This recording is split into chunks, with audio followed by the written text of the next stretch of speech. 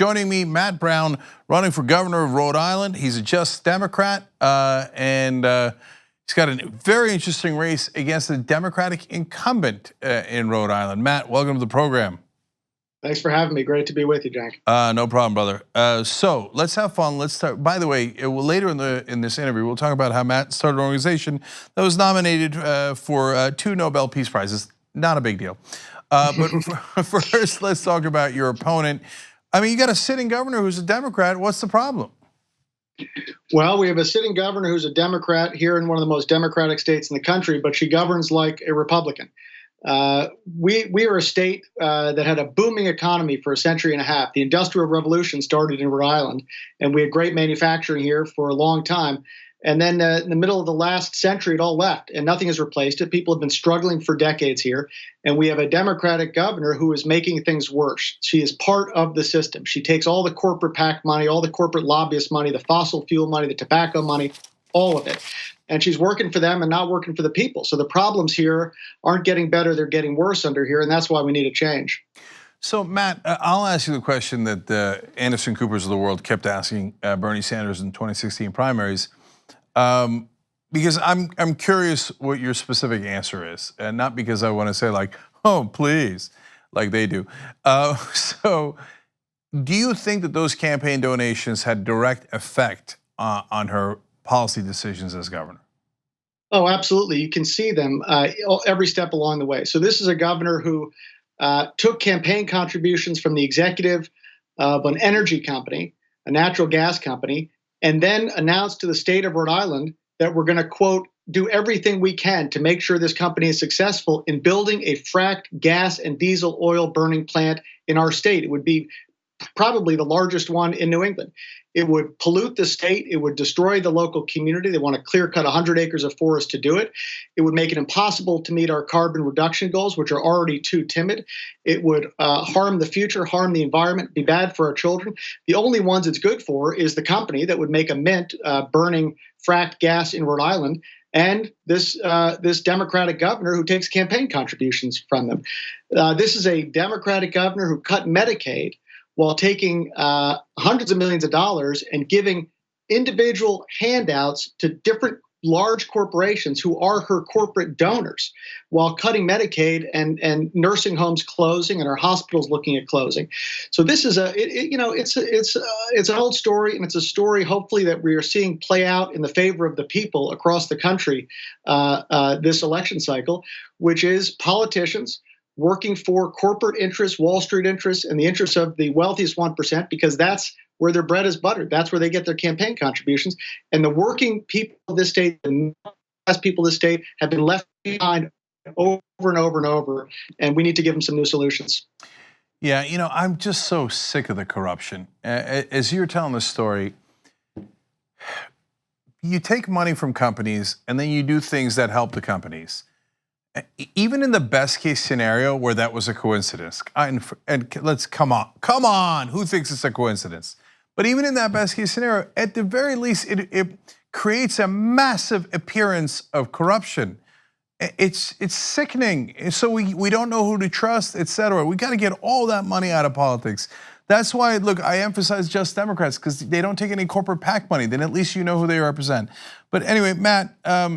In this case, a lot of people are excited about you because of your qualifications and how you're running a strong race, but also because I think the people of Rhode Island might be on her, because her approval rating is down at 40% now. So talk to me about the state of the race. My guess is all the establishment is on her side. My guess is she's got more money. But where do you stand in the race right now? Yeah, no, you're absolutely right. This is a Democratic incumbent governor in one of the most democratic states in the country at a time when Democrats are surging everywhere. And still a large majority of people are looking for someone else. Her numbers are stuck in the mid to high 30s approval. So we've got a big opening here.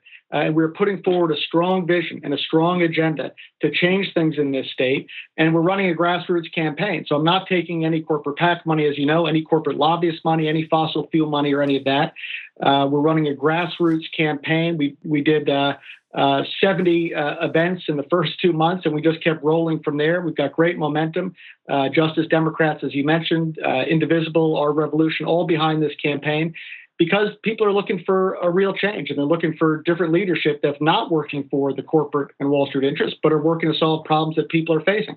We're looking for the kind of agenda that I've been putting forward to have Medicare for all in this state, $15 an hour minimum wage, but also some really special ideas that are unique to Rhode Island that we think could be models for the country and really change the way things are done. So obviously I'm trying to block this fracked gas burning plant that the current governor has pushed for, and instead make Rhode Island the first fully clean energy state in the country. We've got all this wind off our coast. We could actually be the first state in the country not only to produce all of our energy from renewable resources, but the first state in the country to do that and export the surplus as a new source of industry and revenue for the people here. And not only that, I'm proposing we do in Rhode Island with the wind energy profits what they do in Alaska with their fossil fuel profits, which is to give the people of this state a dividend for the money that we can earn off of wind. And why should we do that? I'll tell you, because no corporation or bank should wholly own the sun, the water, or the wind. It doesn't belong to them. It belongs to all of us. Those are our natural resources. They should get a piece of it for putting up a wind farm, but the people should get a little bit of those profits too. And that's what I proposed here in Rhode Island. So Matt, that is a winning strategy. I talk about that on the show all the time. They throw around the word socialist all the time, but the governor who returned that fossil fuel money to its rightful owners in Alaska, the citizens of Alaska, was Sarah Palin. And her popularity rating, because of that move, was at 80%. So if you're talking about, and then all the time the companies say, "Oh yeah, we'll move." Where are you going to move? The wind is in Rhode Island, right? Right. No, excellent point. This plan to make Rhode Island the first fully clean energy state in the country and give some of the dividends back to the people of the state. This is a plan that would create 11,000 jobs for the offshore wind, for the solar, and these are jobs, as you say, that can't be outsourced. They're tied to the landscape here. They're not going to be able to be put overseas or go somewhere else. They're going to have to stay right here in Rhode Island and earn good wages for the people here. So you talked about this race against an incumbent, but you've done this before. You're a former Secretary of State, and you went up against incumbent Democratic Secretary of State in a primary and won when you were 32. So how'd you win that time? Very similar to what we're doing now. That was going up an establishment that was corrupt. That was a Democratic Party establishment here. I was coming in as somebody who had worked in the grassroots and worked in communities my whole life. I was prior to that, co-founded and led City Year in Rhode Island, which gets young people doing national service work for a year, tutoring kids in schools, and then they go on to earn a scholarship in return for college. City Year became the model for AmeriCorps, which has now engaged over 1 million young people in service across the country over the last 2 decades. So that's where I was coming from, with a perspective of community service and community work and solving real problems. And I came in as an outsider, challenged, as you say, an incumbent Democrat in the primary, took on the whole establishment. And we won because the voters are looking for change. They were looking for new leadership. They were looking for a government that would be accountable to them. And we made a lot of big changes. When I was Secretary of State, the primary thing was we took on the corporate lobbyists at our state house, who at that time were not reporting their activities, their spending, and so on. So they're making deals behind closed doors with no light, no transparency. And we enforced those rules and made them do that. I set up a principle. Almost the entire office were white people, and I set a principle that 50% of our hiring would be people of color. We did that. That was a big battle, if you can imagine. So we made a lot of changes there, and then I went on to co-found and lead Global Zero, an international nonprofit organization, afterwards. Okay, we're almost out of time, so I really want to ask you about Global Zero. So it was nominated for 2 Nobel Peace Prizes. That's amazing that a group you founded got to be in that situation. So what did it do, and how did it get there? Global Zero was an organization I co-founded, a nonprofit organization that did international work, bringing leaders of all backgrounds together. We were backed by President Obama, other leaders, former presidents, prime ministers around the world. And we worked to get governments to come to the table, governments often in conflict, to negotiate treaties to reduce nuclear arms with the ultimate goal of reaching their elimination. And we pushed for several treaties that were successful. And for that work, we were nominated for 2 Nobel Peace Prizes. We also did a lot of grassroots organizing with young people to help raise a new generation of people who are going to take this cause all the way to global zero, to zero nuclear weapons worldwide. You've got a lot of amazing stories. Matt Brown for Governor.com, MattBrownForGovernor.com. We'll have all the links down below if you're watching later on YouTube or Facebook. Just click on the links, check out his policy positions, and then volunteer and donate because he needs you guys going up against the big corporate Democrats. And Matt, just one last quick thing. Were you energized by the Andrew Gillum win last night? Very energized. It shows that people are looking for the kind of change we're talking about. It shows that we want to get back to core Democratic Party values. It's supposed to be the party for the people, not for corporations and Wall Street.